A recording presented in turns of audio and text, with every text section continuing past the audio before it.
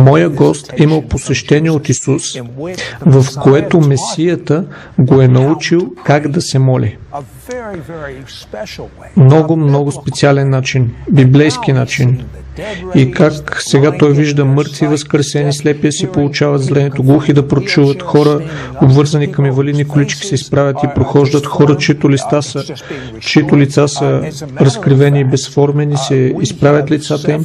Всъщност като факт има няколко очевидеца за един случай с очи в Никарагуа. Имам предвид, все още е трудно за мен да го схвана, но разкажи ми какво се случи.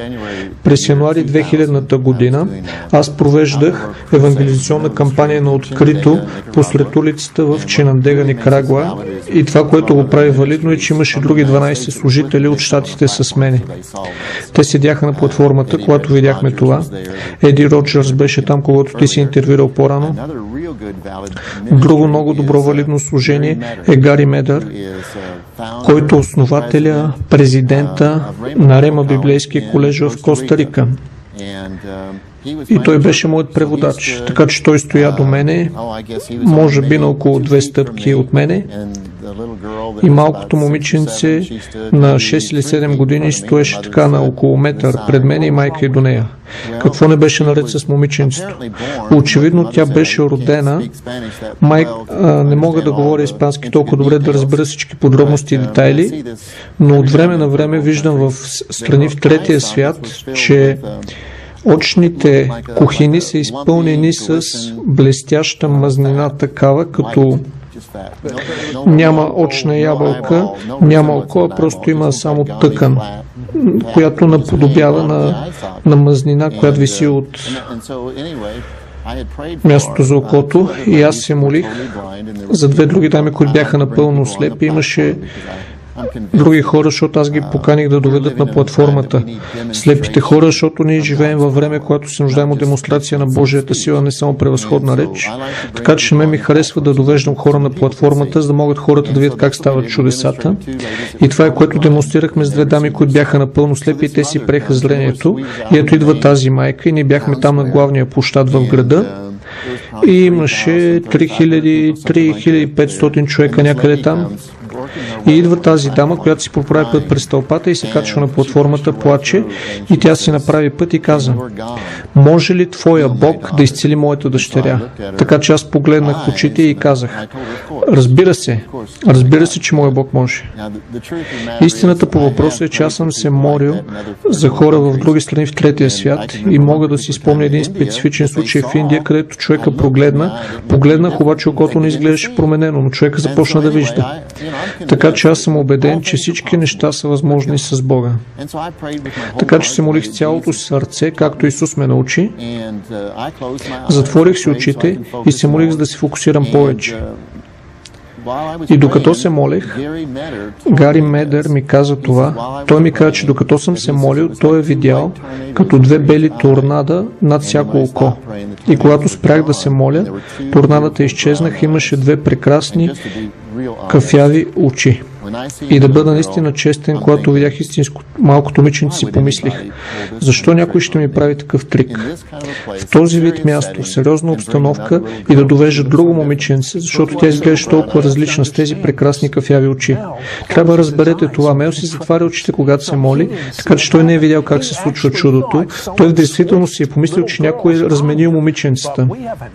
Но ние имаме очевидец, и този очевидец в действителност се държа очите отворени. Пастор Еди Роджерс, който е бил гост в Свръхестествено е. Нека да погледнем това, което той е видял. Има някои неща, които трябва да спреш и да мислиш за тях, които са случили в миналото. Това е нещо, което е толкова твърдо вградено в паметта ми, че никой няма да го забравя. Спомням си звуковете, миризмите, спомням си горещината. 4000 човека събрани на малък площад в град в Никарагуа. Има вулканична пепел, която вали от вулкан, който е на около 15 км и е горещо. И хора са били там 4-5 часа. Мел иска от пасторите да отидат след хората и да доведат най-трудните случаи. Аз съм на платформата с тях и те довеждат това малко 6-годишно момиченце. Тя е била родена сляпа. Очите й са напълно слепи и майка я държи. Мел я довежда на платформата, помоли всеки да наведе глава и да затвори очи. Аз си мисля, ако нещо се случи тук, аз ще бъда този, който ще го види. Няма да си наведа главата, благоговейно говорейки. Той си протегна ръката към момичето и започна да се моли. И това, което аз наблюдавах, беше, че бялата тъкан на място на очите и в нея се формираха две вихрушки, две торнада и не знам колко дълго трая, може би 60 секунди, може би 90 секунди. Но в края на това две прекрасни кафяви очи просто изкочиха. И тя започна да се оглежда наоколо и да вижда светлината. Но това, което най-много ме впечатли, беше, че когато това малко момиченце се обърна и видя майка си за първи път през целия си живот, и майката просто плаче. И аз съм там и аз се разплаках. Това беше най-изумителното, задвижващо чудо, което съм виждал в целия си живот. Не е нужно да се казва, че множеството е подивяло. Нали така, Мел? Да, абсолютно. Тогава, поради великите чудеса, които са се случвали, някои родители са донесли мъртво дете. Какво се случи? Положиха детето на платформата, малко момче, беше мъртво. Те казаха, че е мъртво. Те казаха, че са го завели на лекар. Лекар е казал, че е мъртво и изглеждаше мъртво, знаете. Така че те ме помолиха да се моля. И аз се молих. Истината по въпроса е, че след като се молих, то не възкръсна незабавно, но аз вярвам, че Словото на Бога е истина. Веднъж след като освободим помазанието на Бога, ние трябва да имаме увереността, че то е излязло напред. И тогава аз продължих да проповядвам. И, Боже мой, не може да са били повече от 4 минути, когато момчето стана и започна да ходи. Ето тогава наистина тълпата подивя. Слушай, ти мене ме правиш да подивя по това, което казваш. Не знам за вас, но той ще разкаже за жена, която имала илиостомична турба. Тялото не работи подходящо, слагат една турба отстрани, където отива отпадъчния материал. Не само, че е изцелена, но турбата е изчезнала. Имаме статията точно тук. Добре, да съкратя историята.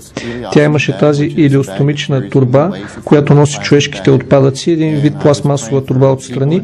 И аз се молих за хора на тази чудейна служба в нашата църква в Уейнсвил, Мисури. И тя излезе отпред. Една от бизнес дамите в обществото не вярваше в чудеса, не ме Тина, и тя доведе тази дама и дамата излезе отпред. Единият крак беше около толкова по-къс от другия. Имаше възли по целия си гръбнак, сколиоза на гръбнака. Спомням си, че положих ръка на гърба и почувствах тези големи възли и подотини чак по целия гръбнак до кръста. И разбира се, нейният гръбнак беше доста изкривен. Така че аз просто се молих, както Исус ми каза да се моля. И аз искам тук да вложа тази мисъл много бързо, че аз не съм специален, не съм по-специален от никой друг. Исус каза в Марк 16 глава, че тия знамения ще следват тези, които вярват. И това е една от главните причини, поради които аз съм тук. Искам целият свят да бъде електрифициран с Божията сила. Време е, нали? Да, абсолютно. Помазанието на Бога. Целта е да се спечелят изгубените, така че ние всички, като вършим тия чудеса, това е което ще случи. Ние направим, ще побъркаме дявола, когато всички ходим в чудеса. Абсолютно. Разкажи ми за тая жена. Накратко, аз се молих за нея и за мигове нейният крак просто се удължи. Порасна.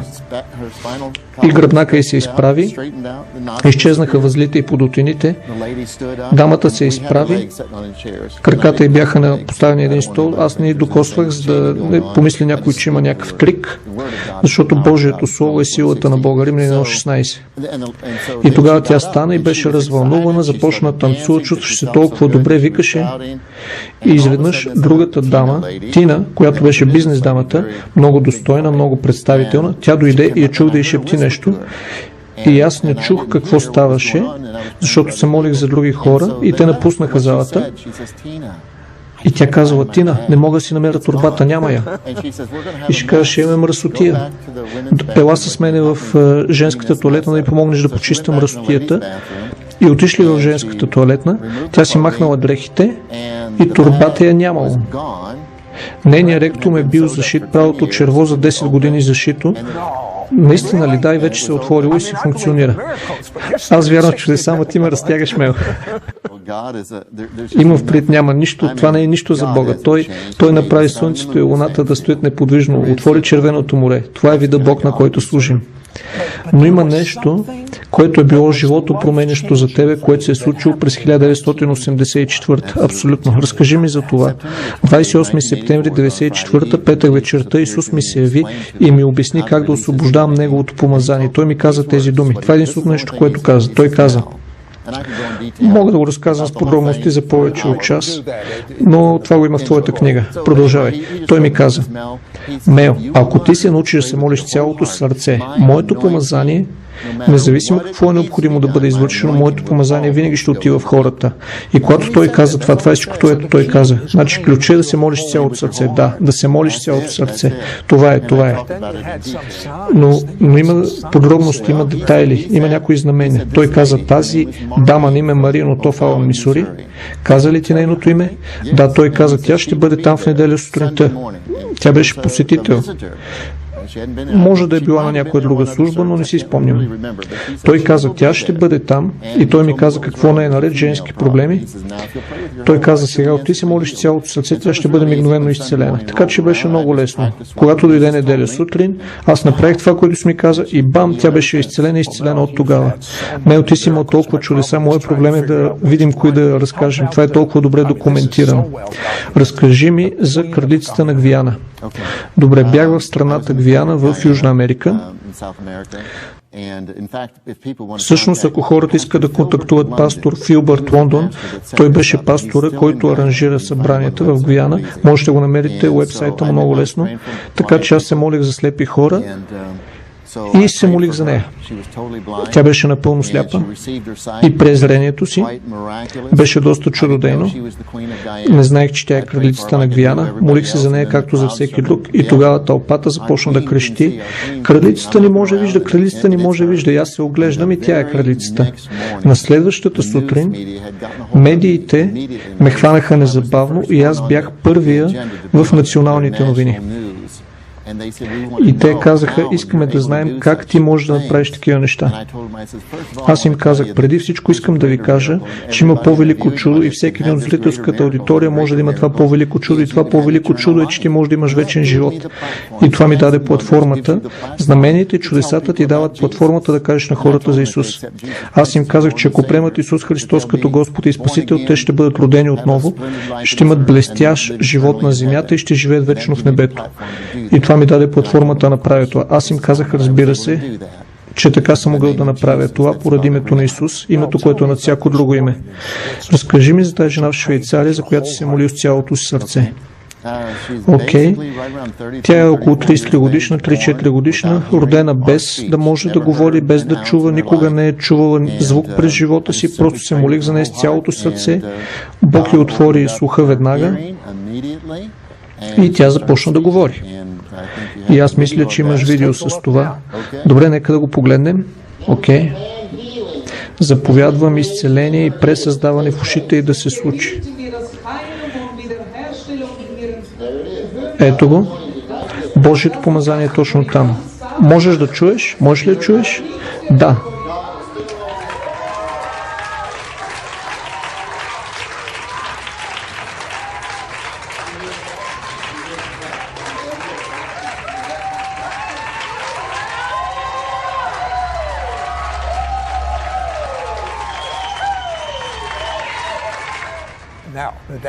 Сега, това е глух човек, който също е бил ням, не е можел да говори и е изцелен.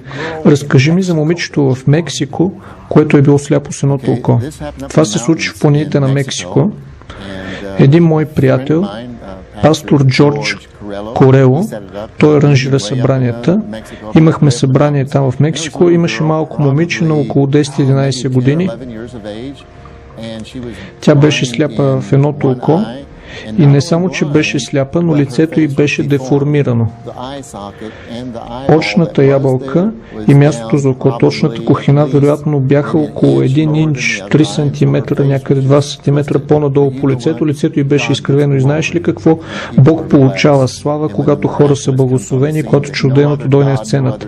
Няма друг Бог, няма друга личност, няма друга сила, която да може да го направи. И Бог не само отвори окото и тя имаше съвършено зрение, но лицето й, гледах как лицето й беше реаранжирано и пресъздадено чрез Божията сила. Сега ти учиш хората как да се молят с цялото си сърце. Разкажи ми за този лекар по медицина, който се е молил за пациенти. Бих искал да кажа, че аз съм го научил, но не съм. Той просто си купи книгата. Окей. Той си е купил книгата, прочел и казал, ще го пробвам. Така че той е сърдечен хирург от Канзас. Купил си е книгата, идва един пациент и той му казал, мога да направя едно от двете неща. Мога да бъда платен за операцията и в уния години казал, ще струва около $45 000. Или пък мога да се моля за тебе и Божията сила може да те изцели и това е безплатно, без операция, няма белези, няма сметки. И човека казва, ще взема безплатното. И така лекарят се е молил за него и дойде в нашата църква, показа рентгеновите снимки пред цялото събрание, разказа историята. Човека е чудотворно изцелен, получил съвсем ново сърце и няма нужда от операция. Знаеш ли, срещам много хора, които се молят за болните с цялото сърце и много хора се изцеляват. Обаче, намирам, че в собствения им живот те имат проблеми и те се молят и не биват изцелени. Разкажи ми за твоя сфинкстер мускул. Буквално не е работил. Абсолютно. Отидох на лекар. Аз съм човек както всеки друг. Дявол ме атакува вероятно повече тебе и мене, отколкото другите хора, защото сме голяма мишена за дявола. И бидейки благословени за Божиите хора, така че дявол не харесва това. Много неща се случвали такива в живота ми и на съпругата ми. Аз съм на 59 години до днешен, не съм взимал лекарства над 10 години, не се нуждая от лекарства. Ако се нуждая, ще ги взема. Ако се нуждая от лекар, но както и да е, аз имах този проблем, където мускула сфинкстера ми причиняваше много проблем, много киселина да идва в устата ми и буквално, като че ли имах сърдечен пристъп и припадах на земята. Най-накрая, вярвайки на Бога, си мислих, че трябва да направя нещо, да разбера какво е това. Отидох на лекар и той каза, мъртъв е, не работи този мускул. Нищо не може да се направи. Ще трябва да взимаш това лекарство до края на живота си. Аз си мислих, ще взема мнението на друг лекар, името му Исус, и го направих. Каза ли му това? А не, аз не му го казах. На Исус го казах. Мога да си представя как реагира лекаря. Продължавай. И започнах да взимам лекарството и се подобре. И аз казах, сега е време. След период от време, малко по малко, аз казах, сега ще се доверявам на Бога. И спирах лекарството. Примерно, прескачам ден. Взимам лекарството, прескачам ден. И най-накрая вече не взимах след около месец-два въобще от лекарството. И сега вероятно са минали над поне 10 години. Поне. И не се нуждае от лекарството. Ако се нуждае, ще го взимам. Лекар е казали, че трябва да го вземаш за винаги. Да, докато съм жив. А как членове на твоето семейство, съпругата ти, същото нещо? Моята съпруга, лекарите й казаха, че тя ще взима лекарство от щитовидната жлеза до края на живота си, така че тя взимаше лекарството и направи същото нещо. И тогава преди година или две, когато тя не го взимаше, отишла при лекаря и лекаря казва, знаеш ли, това лекарство, което ти давам, работи. Никой не съм го виждал да работи толкова добре. Той казва, при тебе работи превъзходно щитовидната жлеза. Всичко е чудесно, превъзходно. Той казва, какво лекарство ти дадох? Тя каза, не съм го взимал от 2 години. И му разказва историята. Просто се доверявам на Бога. Ти си се научил как да се молиш с цялото си сърце. Абсолютно. Аз вярвам, че ти може да се молиш за хора точно сега с цялото сърце. И каквото и да е при тях, Бог ще започне да върши чудеса. Амин. Ще се молиш ли? Всъщност, Духът на Бога ми говори малко по-рано и ми каза, че така иска да се моля. Никога не съм се молил така. Преди винаги съм се молил с затворени очи. Бог ми каза, че иска да употреби очите ми и помазанието на Бога ще излезе от очите ми. Има толкова много хора, които гледат тая програма, които прекарват часове, опитвайки се неминуемо да си кажи ситуации, така че няма значение какъв е проблем, умствен, физически, духовен, финансов. Бог чува, Бог се грижи. и Бог го боли, ако тебе те боли. И когато аз се моля, помазанието на Бога ще изтече от очите ми, така че гледай в очите ми и помазанието на Бога ще влезе в твоя живот и ситуацията ще бъде променена. Ти буквално ще почувстваш помазанието на Бога, силата на Бога, любовта на Бога. В името на Исус аз упражнявам власт над всички болести, всички проблеми, всички заболявания в името на Исус. И в името на Исус аз ти заповядам да се предадеш, да се отдадеш, да се отпуснеш от Божията любов, Неговата чудодейна сила. Ако го приемаш точно сега, сега започни да правиш нещо, което не си можел да правиш преди. И знай, че Бог те обича и има велики неща за тебе. Бог ще бъде прославен, ти ще бъдеш благословен.